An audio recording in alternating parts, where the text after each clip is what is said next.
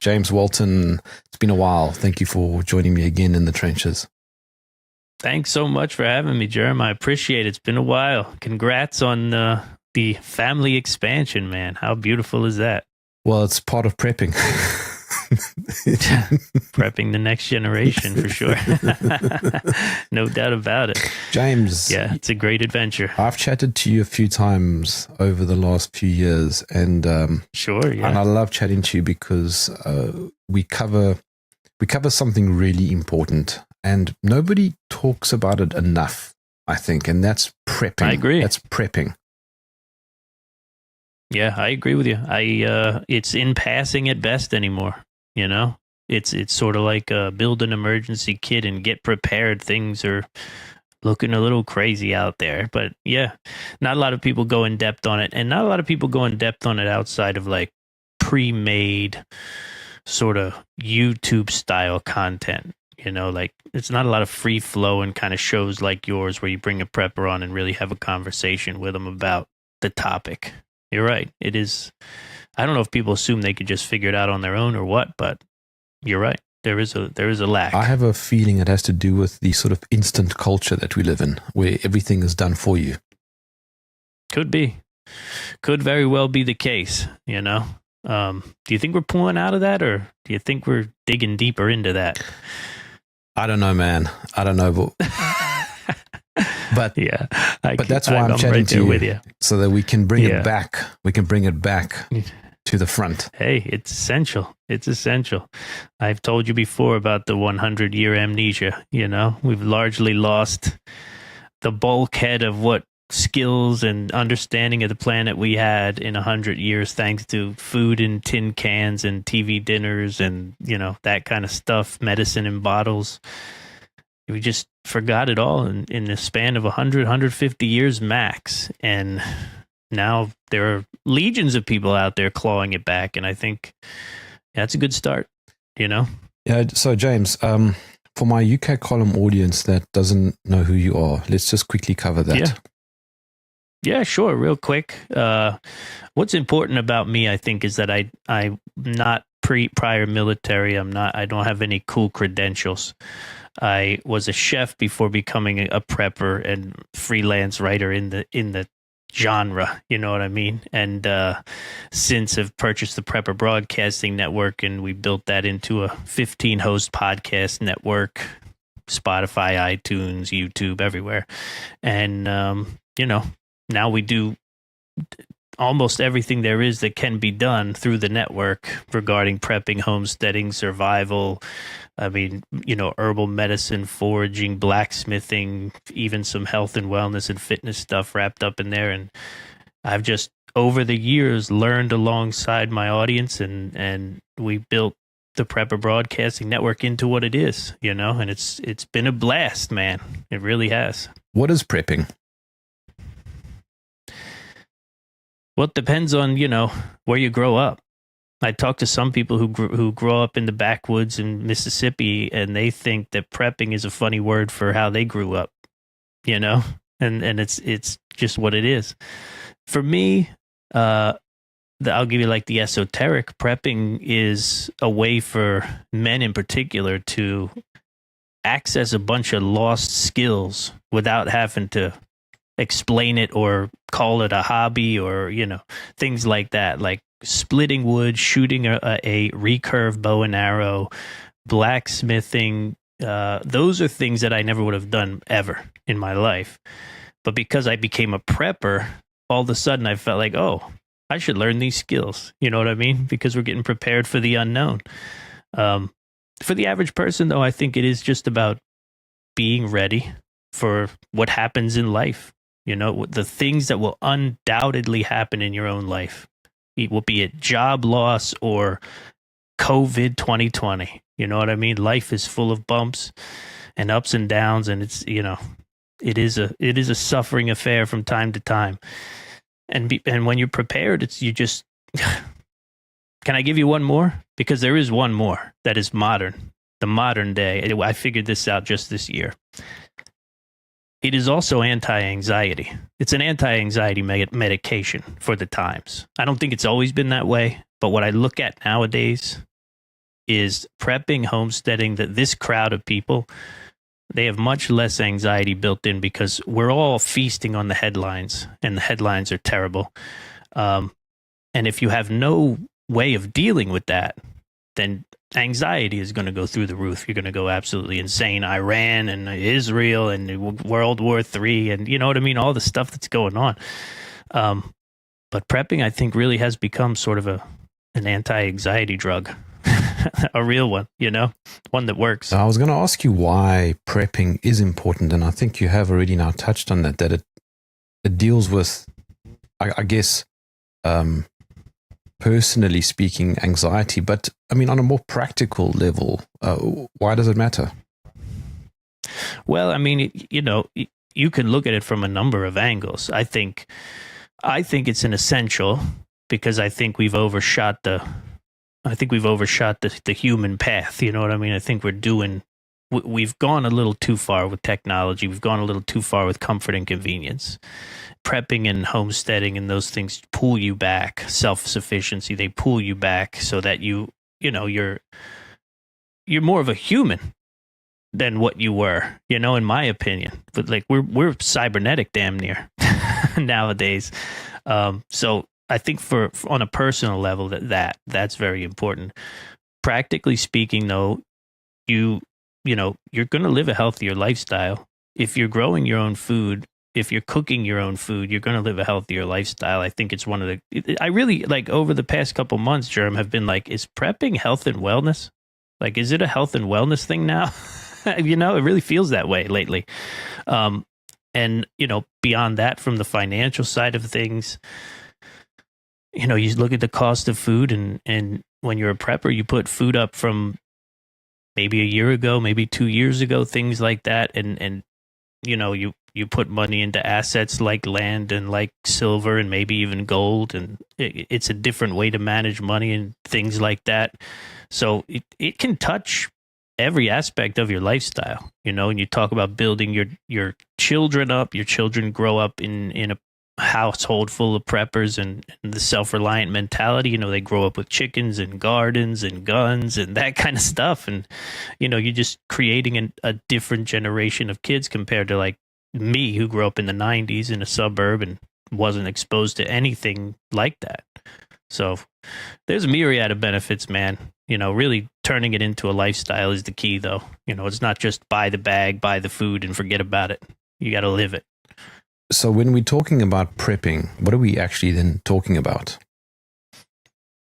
So, I mean, if you want to get into like the bean counting of it, at the fundamental level, you want to have food, water, medical, security, backup power, definitely backup power. Now that's gone up the ranks over the last few years, right? You want to have at least 6 buckets, 7 buckets. Emergency communications is another great one,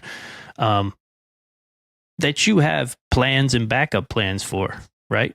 On hand, more than the average person. What we learned through the last probably 10 or 20 years is that when disasters happen, people stay home. So a good place to start is fortify your home. Have enough food in place, have enough water in place so that you can stick around for a while until things blow over. I think while the bug out is really cool and really an interesting topic, I think most people tend to bug in and stay home when disaster strikes. And prepping is what gives you the ability to do that because you have excess, right, resources.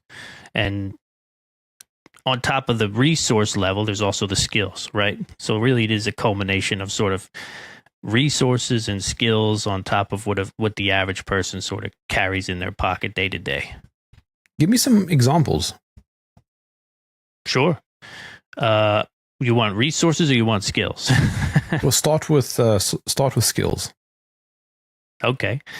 Yeah. So one of the most basic, and I think one that a lot of people had kind of dialed in a little more in years past, is like how to deal with the first aid like a basic fundamental first aid is something that most people aren't trained on. I think sort of like the loss of the Boy Scouts and Girl Scouts in America we don't put an end to that. We don't say Boy and Girl Scouts anymore. It's them Scouts. Oh, the them Scouts. Is that what it is? I don't know. We left a long time ago, but we were in it for a little while. They wouldn't let us. It's they them Scouts. The they them Scouts. We weren't allowed to show up without a mask on, so we quit. We got tired of that number. But yeah. So skills that like first aid, skills like one of the most interesting ones and fundamental ones is knowing what is out in the wild. You know what I mean? In terms of like the trees, the plants, the things that have been medicine for a very, very, very long time, thousands of years, over multiple continents across the world. Like everybody treated things with plants, with trees, with roots. And those are skills that we just forgotten. And those are skills that you can, over time, with the help of books, with the help of courses, you can relearn those things. At the end of the day, you're just really fundamentally relearning. Foraging. There's tons of food out in the wild. I don't know, not every country has access to the wild places the way that we do in America, but my front yard every year has dandelion, which the leaves of dandelion edible, the root are edible, violets that grow, curly dock that grows. It's just stuff like right out the window that most people mow or weed whip, you know what I mean?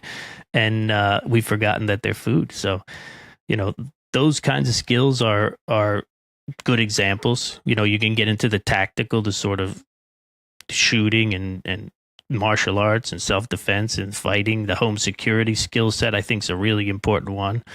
People basically tie their entire home security into like a lock on the door handle and maybe a lock on their window. So you can develop a better understanding of how to secure your property. It's a pretty big list. You know what I mean? There are aspects of prepping that touch almost anything that fortifies your life, fundamentally makes it better and makes you healthier. As far as I can tell anyway. What's really been lost in the prepping community lately is the doom of it all. The mainstream media's kind of taken over the doom. Whereas we used to use the doom as a platform to sort of propel our ideas. Now it seems like I said, it seems more like we're pushing a lifestyle on people anymore. And that lifestyle is the things that you learn in the house and, outside the house, the raising of chickens, the raising of things like I spent the last 3-4 months raising quail before they were all eaten by a fox. But that was a new thing for me, new food source. You know what I mean? And it's just like, it's a tributary with, it's a river with many tributaries, man. Like you can go down all kinds of different routes with prepping and learn and always be welcome and always be learning. And it's been a great life because of it. I'll tell you that much. But it sounds like you're only talking about living in the countryside. I mean, what about the millions and millions of people who live in the city center? Well, I live in the suburbs, actually. I live in a suburb. I live on less than an acre of land. Our host, Jordan, was living in South Carolina in Myrtle Beach. She had chickens and she was living in a condominium. You know what I mean? I have a guy who lives on a mountainside, right? And he has a tremendous homestead. Dave Jones, the NBC guy, he'd be a great guest on the show too. But he lives on multiple acres, farms all kinds of different animals, gardens. Everything he does, Jerm, is on 1.5 to 2 acres of land.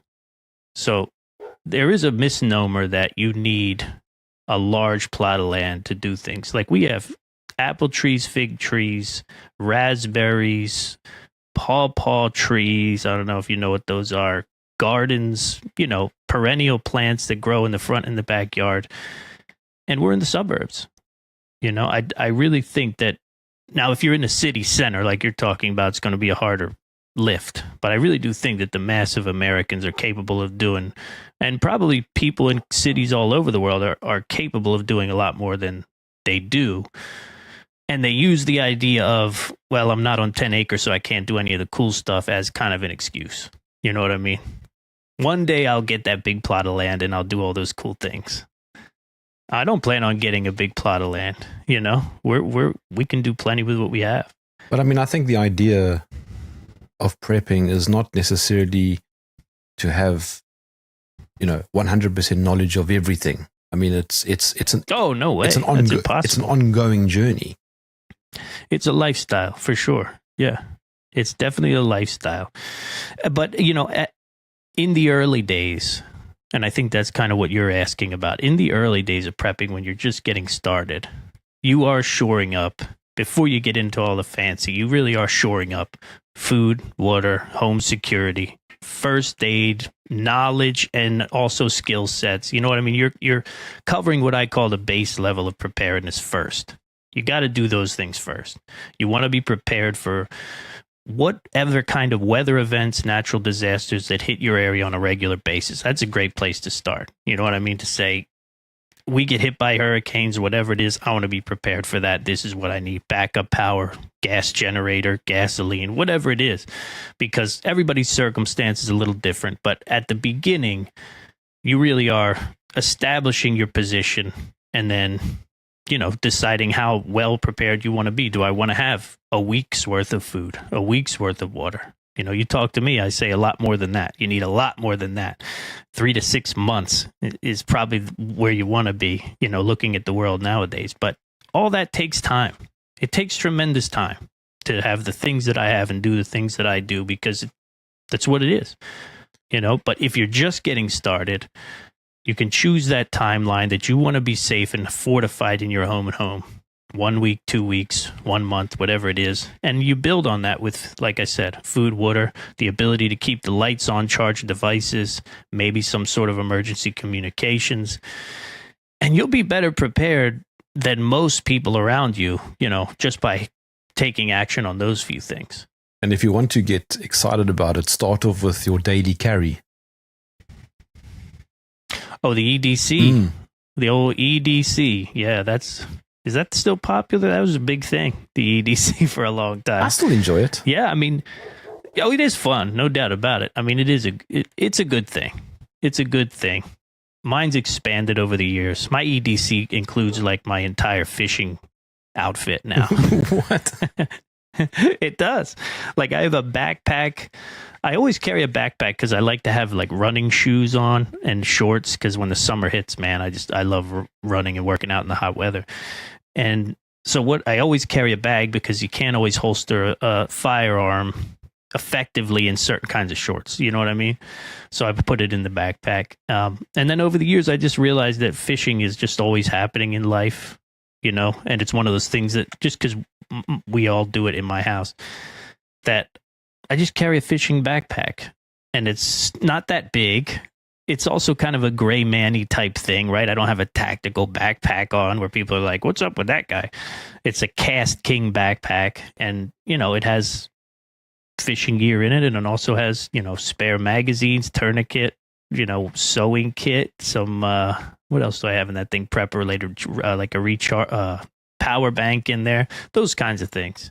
You can carry more in a backpack, you know what I mean? Spare knife, those kinds of things. So I always carry a knife on me, always. Yeah, why not? It's good to have a blade. It stinks when you don't have one and you need it, you know? It's actually incredible how often you end up using a knife. Yeah. I'll tell you what I don't carry as much is a flashlight. Yeah. But you don't need to if you have a cell phone. That's a good point. I think I probably should carry a headlamp. They are valuable. I'd rather, nowadays, like, there was a time when you had to have a cool tactical flashlight. You know what I mean? Like, you had to have like an Olight S1R flashlight when you were in the EDC crowd. I've got one. Do you? I mean, I have one too. They're great. But now, at this stage of my life, having done the things that I've done, I'd take an Energizer headlamp over anything. You know what I mean? Because then both my hands are free. I can aim it, You know, what I'm looking at, I'm actually lighting up and not forfeiting a hand. I don't have to find a magnetic thing to stick it to if I want to free up my other hand. The headlamp is just far superior, but it's not cool. You know what I mean? It's nowhere near as cool as like a tactical aircraft grade aluminum flashlight. But I mean, it's not just about what you carry. It's also knowing how to use this stuff. Oh, yeah. Yeah, that's 99% of people's problem nowadays. Over here, I have a backpack that just came in for review, and it's full of stuff. You know what I mean? And I go through these backpacks from time to time that you can buy pre-made. And, you know, the biggest struggle when you buy a pre-made backpack is not even choosing which one to buy. Though, if you want a recommendation, Lima Tango Survival is... they're the best of the best and the most affordable. It's actually using what's inside the bag. You know what I mean? And learning how to use what's inside the bag. And this is really tough for people who, particularly if you're not a camper / hiker, there's not a lot of opportunity for you to do it. You know, there's not a lot of opportunity for you to get out there with a survival bag on your back, walk it somewhere, open it up, pull out the emergency radio, pull out the whatever you're going to cook on, right? The jet boil, whatever it is in there. So you got to build that into your life. You got to build those things into your life for sure. But in terms of EDC, the biggest thing in the States is, I know there's a bunch of people running around with firearms they never shoot, maybe have never shot. You know what I mean? As part of their EDC. You got to go to the range. You got to go to the range. You got to also put yourself in serious position. You have to understand, probably the most fundamental for anybody who's carrying a firearm and thinks they're going to use it is, know your target and what's beyond it. Oh my God, there's a bad guy. Let me shoot him. Oh, wait, there's a little girl behind him, and I missed because I'm not that good a shot. Right? That doesn't happen here, surprisingly. But if things get kinetic in a lot of different places, it will happen. Because you have to be intentional about it. You learn it here when you go to get like a hunting license. You learn that mentality because you could shoot somebody in the face who's wearing camo across the field if you're not careful. But yeah, same thing with medical. You pack a bunch of medical. I got real scared because it was becoming increasingly popular to carry an entire individual first aid kit with all kinds of medical gear in it. And one of the things that was packed into these was a decompression needle that you would stab somebody in the lung with should their lung have been punctured and filled with blood. And one of my worst fears was like, I get into some kind of situation and then some doofus with an IFAK who doesn't know how to use it comes start stabbing me with the decompression needle in the heart or something. You know what I mean? Trying to do good. So yeah, to your point, got to put some reps in. Cooking is the dark horse skill, though. It really is. Like, I didn't know that when I got into this thing, the carryover skills from being a chef, like just like knowing how to butcher stuff, huge. Knowing, how to separate ball joints from sockets, you know what I mean? In animals is a big deal. Well, you hunt, and yeah, but I mean, I don't know that stuff. Oh, you don't butcher your stuff? You send it off? Yeah, I mean, it's fine. There's nothing wrong with it. I don't like to get into the animal too much. I gotcha. I'm not a fan either, to be honest with you. I don't really like killing very much, but I do it when it's got to be done. I just want to point out, just on that, since you mentioned hunting, yes, I do hunt, and people think you hate animals if you do that. I actually think it's a far better way to get meat. For sure. When you go hunting than via a slaughterhouse, And also, just because you're shooting an animal doesn't mean you hate the animal. You're trying your very best to be as precise and efficient as possible. Yeah, it's no fun. Like I've butchered a lot of things, killed a lot of animals that, not even hunting, like harvesting pigs, that kind of stuff at, different places with different hosts from PBN. And it always sucks for me. I never feel good. You know what I mean? Like I'll never feel really good about it. I always kind of carry guilt about killing stuff. And I think that's good. I would hate it if I lost that. You know what I mean? I would hate it if I could just kill something and be like, You know, I feel like once that goes away, you lose something. But yeah, with the cost of food and everything nowadays, and the quality of food, like cooking is a thing. You know, cooking is literally a life saving thing. I think if you were to rely on eating out exclusively and pre-made foods exclusively, like you probably lose a decade off your life. I bet a study could show the difference pretty easily between people who ate home cooked meals for most of their life compared to people who ate pre-made, prefab, frozen, fast food, whatever meals. Health has to be radically different, you know, just from the sheer amount of additives and things that go into you from a lifetime of that, you know? So you mentioned survival earlier. I had the great pleasure of interviewing a guy by the name of Cody Lundeen. Have you heard of him? Oh, yeah, I loved Cody Lundeen when he was on with Dual Survival. There are very few people, very few people who are at his level. Oh, Cody, yeah, he's all the way in. I remember watching an episode with my wife, and they were on a mountain covered in snow, and my man had socks on, and that's it. Normally he's barefoot, but for this episode, he went way out, put a pair of socks on. I was blown away. So, yeah, I mean, he turned it into an art. Yeah. I mean, it. You know, in many ways, it is. It all comes down to like the amount of time in a day. You know what I mean? Like the only way you can be a Cody Lundeen is if it pays the bills, and you're in the woods all the time. You know, and most of us don't have that privilege. So you got to figure out where you want to spend your attribute points. You know, life is definitely like a video game, right? You get a certain amount of time and attribute points, and got to figure out where to spend them. You know, and that's one of the biggest challenges really for everyone, but when you're in the prepping world, it's a huge challenge for sure. The whole thing, though, is that, I mean, the term prepper, it's strange to me because it kind of sets you apart, where the whole point of prepping is just to be prepared for eventualities in your daily life. Oh, yeah. It's a divisive word. It's divisive in the community. There are people who are 100% preppers who are like, don't call me a prepper. I don't like that word. You know, it's definitely, it is a word that has power. There's no doubt about it. It's a weird one. Because if you just came out and said that you did the things that a prepper does, but didn't use the P word, people would be like, oh, it sounds like a pretty cool life. But the moment you say I'm a prepper, a doomsday prepper, then it's like, this guy's crazy. And now we look at everybody else in the world who's not a prepper and we go, these people are crazy. Can you imagine living on a planet like this at a time like this and not having extra food and water? It seems insane to me. You know what I mean? Not carrying a gun, not knowing how to defend yourself in a world like the one we live in, not being situationally aware.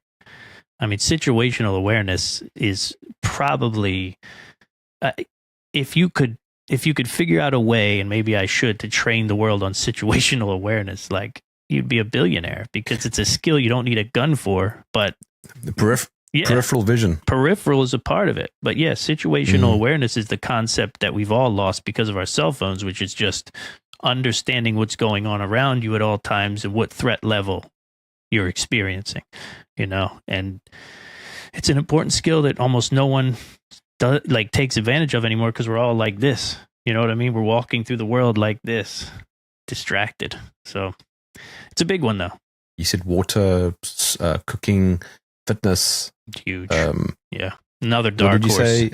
Food, water. Medical. Yeah, I think before, basic medical, right? You don't want to have no medicine and no way to stop bleeding in your house. But I'll tell you the one that I think it should be way up there, probably right under food and water, is backup power. You know, we are a power-hungry society, and our greatest survival tool of all, whether you want to admit it or not, is that. You know what I mean? That thing does so much for you in terms of dealing with a real deal emergency, right? Should the cell signal be gone and all that, that's a different story. But in most cases, you want to figure out what's going on, what's the weather like, when's it going to end, where's the threat, you know, call people that you care about. All that's going to be done on your cell phone.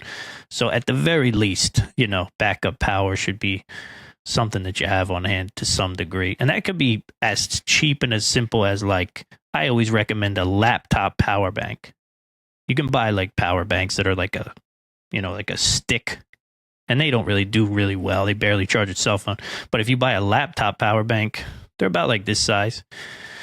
You could charge your phone multiple times on it, or charge your phone, your wife's phone. You know, if you can't get anything else, can't afford anything else, and you just need some concept of backup power, that's probably the cheapest way to go with the most effect. We've got a great book here. Let's see if I can get this to show on the camera. Is it The Art of War? Big book. John Seymour, the new complete book of self-sufficiency. Oh, man. That's very cool. Look how thick that is. That is a whopper. Wow. You got to build it. You know what I mean? And the only way you build it is through hard, struggly type things, you know? And that's why I think the fitness is such an unparalleled thing when it comes to prepping. Because meditation is a lot harder than you think. That's one of those things where you can really build a sort of an unbreakable mindset. I challenge any. Marcus. Go ahead. Marcus Aurelius. Oh, for sure. Yeah. Yeah. That's a tough one. Sitting still quietly without your phone. You know what I mean? That's tough. But really physically demanding workouts is, to me, the best way to build your willpower, to build that mindset. Let's chat about that. Yeah, Just for a moment. I know this is not going to interest a lot of... I've got a great example, because I just yesterday I posted we have a prepper fit and health section on our website, pbnfamily.com, and I posted a heavy kettlebell workout routine for our members over there. And that is the 90-pound Bigfoot kettlebell from onit.com. I don't even know if they sell it anymore. Actually, I got it years ago, but it's so sweet. It's a kettlebell with Bigfoot. The head is, Bigfoot. And there's not a lot you can do with a 90-pound kettlebell unless you're a real animal. And so I wanted to put together a workout that could show you, deadlifts, swings, squats, overhead presses with 90 pounds. You could do that if you're strong. And it's those things that are demand. This is why I like to work out in the heat, like I talked about earlier, because the heat adds another desire to quit. And that's really all it is, right? At the end of the day, what you're talking about in survival mindset is just recognizing when your body's like, I want to quit, and then pushing past that. It happens easy with workouts. It happens really, you get to it real easy when you're working out in the heat. Your body's like, we need to quit. It's too hot. Bad things are going to happen if you don't quit. And then you just push through, and you hear it. Everybody hears that little voice, I really do enjoy pushing some weights. Of course, since the birth of our little boy, it's been very, very difficult. But it's getting a little bit easier now. I'll tell you what. But I'll tell you one thing that really helps. When your boy gets old enough, my kid started doing this out of nowhere. I don't think my wife likes it very much, but it's so motivational that I can't stop them from doing it. They call me fat all the time. My wife does that. Like, Dad, Dad's fat, right? Joking, because I'm not fat at all. But just like hearing it on a regular basis, you get a whole nother gear out when you're running or working out. And James, yeah, go ahead. When your wife tells you you're fat, that cuts. Oh, I'm sure it does. But there might be something to it, Jerm. You might be living too good. Yeah. But I mean, look, just on that, I mean, this doesn't interest many people, but I really do enjoy, weight training, more specifically barbell training. And I've got my own setup in my garage. So I'm a member at the gym, and I have my own setup in the garage. That's the way to fly. So I'm trying to decide which I prefer. But I think I'm going to go back to my. I'd say keep both. My advice. Go ahead. Well, I was going to say, I find going to the gym more motivational. My advice to people, especially when they're just starting to work out, is to build a program with as many options as possible. Like, you should have as many options as possible. I have probably 10 different things I could do to work out. You know what I mean? And I think that's vital, because I think you wake up some days and you're like, I don't want to bench press today. That seems boring. I'd much rather swing kettlebells or go for a run or do yoga or play VR boxing. Dude, the VR boxing is off the charts right now. It's unbelievable. You'll lose all kinds of weight. You start doing that. You might have a heart attack. So you put something over your eyes. Oh, it's tremendous. It's a game called Thrill of the Fight 2. Look it up. It's crazy. They have online multiplayer now, Jerm. You can fight little kids from across the world. Knock them out. It's fun. No, it is a hell of a workout, though. To be honest, I work out a lot, and it is a hell of a workout, really. But having those options gives you the ability to say, I don't really want to work out today, but maybe I do want to go like hike in the woods or something like that, you know? So put it all on the table, and it makes working out easier. Something that we do fairly often is, I want to say camping, but sometimes more often than not, it's glamping. Yeah, I got you. But the point is that we'll try and get out, into nature. Yeah, I went out on a freezing cold January a few years back by myself and just set up camp. I didn't even wind up sleeping there, but I set up camp all day. Put the tent up. I had the camping stove. I don't know if you ever use one of those in the winter. They're fun. And it was probably around like 6 or 8 hours into the whole thing where I was just like, I felt like free of everything. You know what I mean? Like, I guess it was enough time away from the phone and the electronics and the Wi-Fi burning into your brain that it was just like, oh my God, I've leveled up. So down here, we have what's known as the Kalahari Desert. Yeah. It's this big stretch of desert in the southern part of Africa. Sure. It's huge. It stretches across countries. You camp in the Kalahari Desert? Yes, we did about 2 years ago. That sounds scary. It depends. It's huge. So you go to like a game park. Oh, I gotcha. And you camp in the game park. Yeah. Which is exactly what we did. And I tell you what, it's beautiful. Just that sun, the heat. Oh yeah. Driving through the sand, seeing animals, really appreciating nature, at its most extreme. And then of course we have stuff in the vehicle, but I took Flint along just to play around. Just to play around. And it's so much fun starting a fire with leaves and twigs and a flint, and it's a good way to practice. That's how it works. You don't just learn because you need to know the skill, right? You always revert to your lowest level of training. That's what they say in the prepping world. But there's a funny twist. This one camper, he saw me doing this, and I was struggling a little bit with this flint.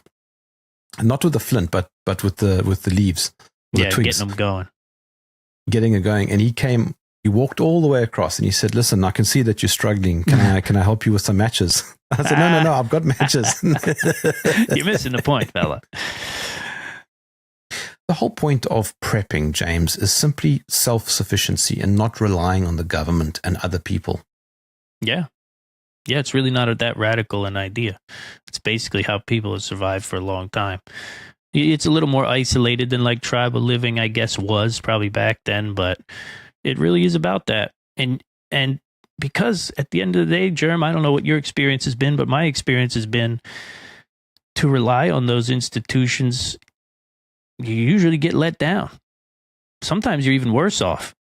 You know what I mean? Look at people who got shoved into the Superdome in New Orleans during Katrina.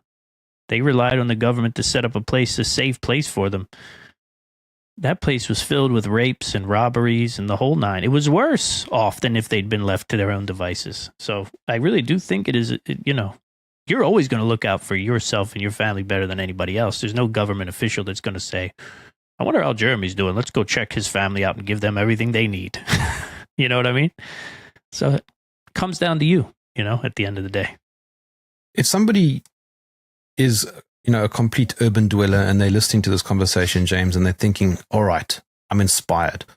Where do I start? First thing I would do is give someone a phone call outside of the city.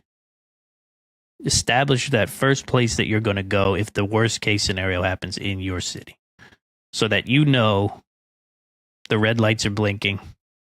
If you're into prepping, chances are you might even have a little bit of a head start, but you can get out of that city if need be. That's probably the best place to start first because it's actionable, it's free, and it's usually like a phone call away. You're calling an aunt, an uncle, a friend, a parent, whatever, and just saying, hey, things get bad, I'm coming, I'll bring X, Y, and Z. And maybe you can work with them to store a little extra stuff at their house too so that they're ready to take you in when you show up, but that's sort of like the poor man's bug out location, and it's what everybody in the city needs because you don't want to be trapped in a city, And then from there, you establish what's that route look like. So how am I getting out of this city? What kind of gear might I need? What kind of backpack should I put together? What should I wear so I don't look like, you don't want to kick the door out and look like some kind of tactical madman with a Kevlar helmet on, or you're going to draw a lot of attention, right? You want to look like everybody else in your city and just mosey on out of there to safety. So those two things I think are critical before you start planning how you're going to grow food on your rooftop. Your quails in your closet. You know what I mean? But you can stockpile food and water in an apartment, in a studio. You can put 10, 20 cases of water in the corner of even a small studio and have a lot of water, particularly for 1-2 people, should water problems occur. Here in the city where I live, we had 2 instances where the water's been shut off for days at a time or had to be boiled this year alone. Real legitimate issues with the water. And that's a problem most people can solve and get through with just medium prepping, minor preps. The thing though is that people will worry that the water will go stale or the food will go off. Well, you got to rotate your food. Your water's going to be fine. If you need water, you're not going to be like, this is not Perrier. You know what I mean? You're going to be like, oh, we got bottled water, we're good. Because remember, if you have older water, you can use that for washing. You know what I mean? You can use that for hygiene, whatever, and drink the newest stuff. But with food, you got to rotate your inventory just like anybody else, anywhere else. You store extra food and you store the food that you eat, right? You don't say, we're going to store a bunch of black beans because that's what the preppers store. I never eat them, but we're going to store them. You store what you eat so that you're rotating the stock anyway. And that way you're never really stuck with too much food that's too old. That's sort of like inventory management 101, just on a civilian or citizen scale. What about something like meat? You have a deep freeze or something. We just went through a survival exercise where we ate survival food 3 days a week and nothing 4 days a week. And one of the nothing that we couldn't forage or hunt or kill or fish. And one of the things that I found out is everybody needs more protein, and everybody needs more shelf-stable protein, myself included. And I have chickens that produce eggs and that kind of stuff out back. But a freezer's okay. When the power goes out, though, you're on a very short window, and then maybe you have hundreds of dollars worth of meat that you're going to lose.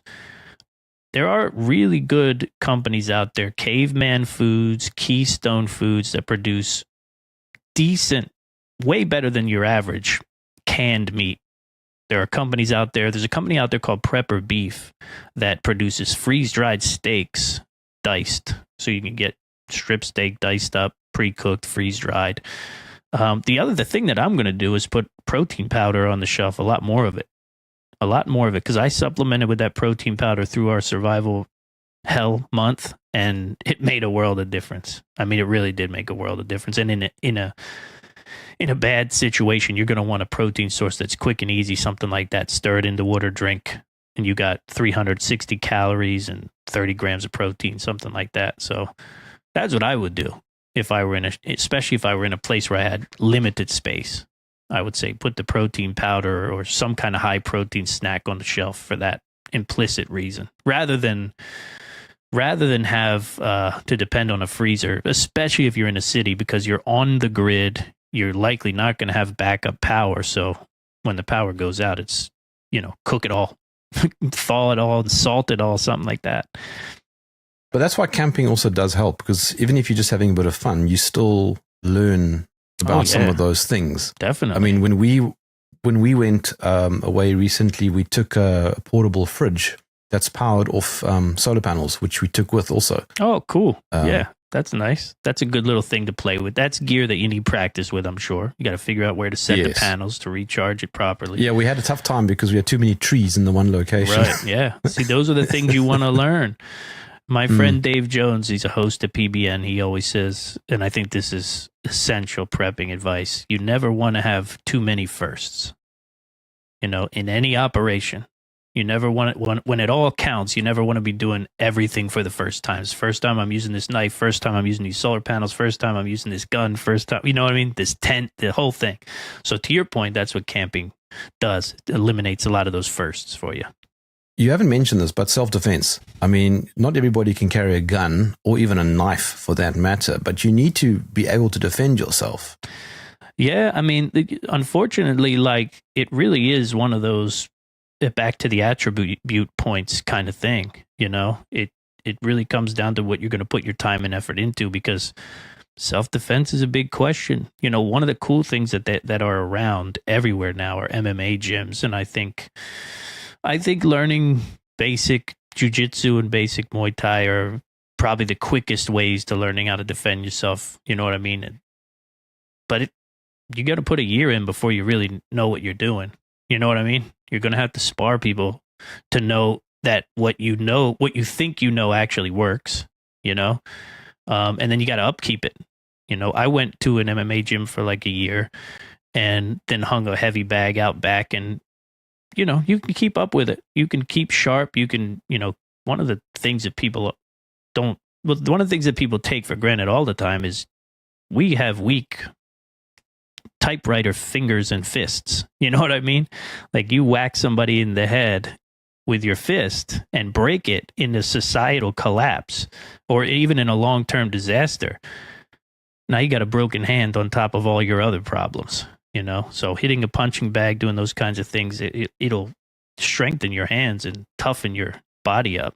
I think that's important too. But yeah, it's all about time and, what you want to prioritize. I think everybody should know how to fight, though. I think if everybody knew how to fight, it would be a much cooler place to exist in, because people wouldn't be so ready to fight, all the time. But there'd also be less crime. Yeah, I think so. I think people would say, well, that doesn't look like too easy a target, It's always the easy targets. So, but it takes time. Everything takes time. Really, to people who are new and who are just getting started, like, don't discount doing things today, and then from there it's one foot in front of the other, and do something every day. Something easy every day. Self-sufficiency, James. Self-sufficiency. Yeah, well, you know what it comes down to, Jerm, is self-discipline. Really.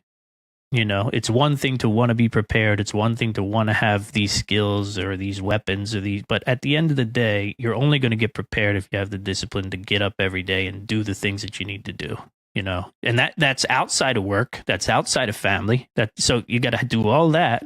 And then you got to have the discipline to say, I could play Call of Duty right now, but I'm going to go hit the punching bag for 20 minutes and, get my cardio up, toughen my knuckles up, that kind of thing.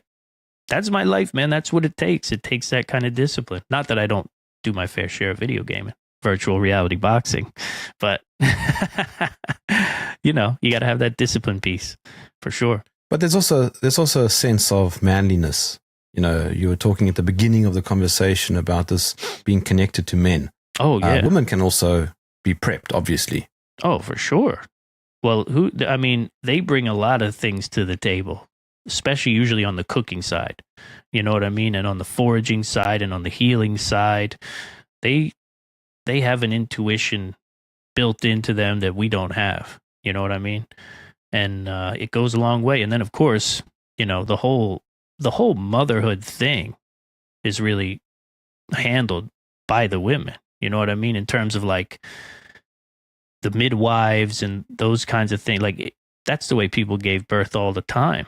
And long before it was customary to wind up at a hospital, you know what I mean, to give birth. It was midwives and neighbors and people in the group that came over and helped with the labor and all that kind of stuff, and wet nurses feeding other people's babies. Like, yeah, that's, like I said, it's just those old skills that are resurfacing, and people are going, yeah, maybe it's weird, but maybe better than corn syrup based baby formula. You know what I mean? I went through a phase a couple of years ago, James, when I was trying to carry as much stuff on me on a daily basis, but without it showing. Yeah. You had one of those jackets with like 50 pockets. Did you ever see those things? I forget what they were called.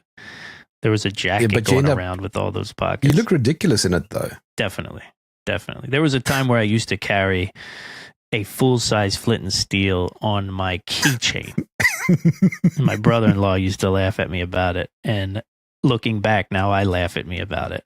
But sometimes when you're in the early days of prepping, Jerm, you get scared. You get petrified. Because there's a certain amount of information that you're taking in on a daily basis when you're prepping too, which is, what am I prepping for? Oh, biowarfare. Well, what's that look like? How bad could that go? An economic collapse. Okay. What's that look like? How bad can that be? So some of it does come from a place of fear. I mean, there's always some of it that comes from a place of fear, you know, and sometimes that's great motivation too, but it makes you do silly stuff. Some of it also backfires. But it also backfires sometimes. Like, I've been, you know, at the airport where I've forgotten that I've got like some sharp objects or knife or whatever on me. And then they, you know, you can't go through Confiscatado. Yeah, that's the worst. Well, I bought a bucket of red wheat, hard red wheat, when I was really nervous. Early days of prepping. 5-gallon bucket full of hard red wheat. Now, remember, I'm a chef, trained, college, great restaurants in Philadelphia. I worked in them. Maybe the one ingredient in the world I didn't know what to do anything with was hard red wheat. I didn't have a grinder, and I bought a whole bucket of it just because I read enough prepping blogs at the time, and I was scared enough that I said, oh, I guess I need to buy that. Against all rationale, you know? So yeah, you could get trapped. You could definitely make some terrible decisions, like carrying 40 knives on your person. I was actually just chatting this morning to the local gun store. You've obviously got a hunting rifle. Yeah, 30-06. Yep. Okay, I was about to ask you. Okay, all right. So I'm guessing that's where this is going to go. So I've got a 308. Nice. Well, but there's a big rivalry between 3006 and 308. Yeah. I mean, I just bought it because it was huge. And I wanted to, when I bought it as a new hunter. And I said, let me get a nice big round so that when I hit a deer with it, it's dead. You know, either from shock or I have no clue. It's not very long. I don't know. Oh no, mine's got a slightly shorter barrel so that I can put a silencer on. Oh, okay. Yeah, mine is not a tactical looking weapon. It is a scoped hunting rifle for sure. You know? Yeah, mine too. Oh, okay. It's a CZ. I gotcha. Mine is a Savage, pretty low budget, 30-06. I bought it probably 10 years ago now, you know, but it does it. It gets the job done. I mean, my brother-in-law got angry because he said, no, you must get a 3006. No, I don't really have much of that in me. I know guys who fight over their AR-15s versus their AK-47s and that kind of stuff, but I'm pretty simplistic with guns, Jerm. You know what I mean? I've shot both, and I must tell you, I prefer the AK-47. Yeah. I don't know. It's just more gangster. Yeah, I mean, aesthetically, it is villain. It's a villainous weapon for sure. But I don't know. I feel like an AR-15, you barely even feel it. It's a cool weapon because it's like shooting a .22 rifle almost, you know?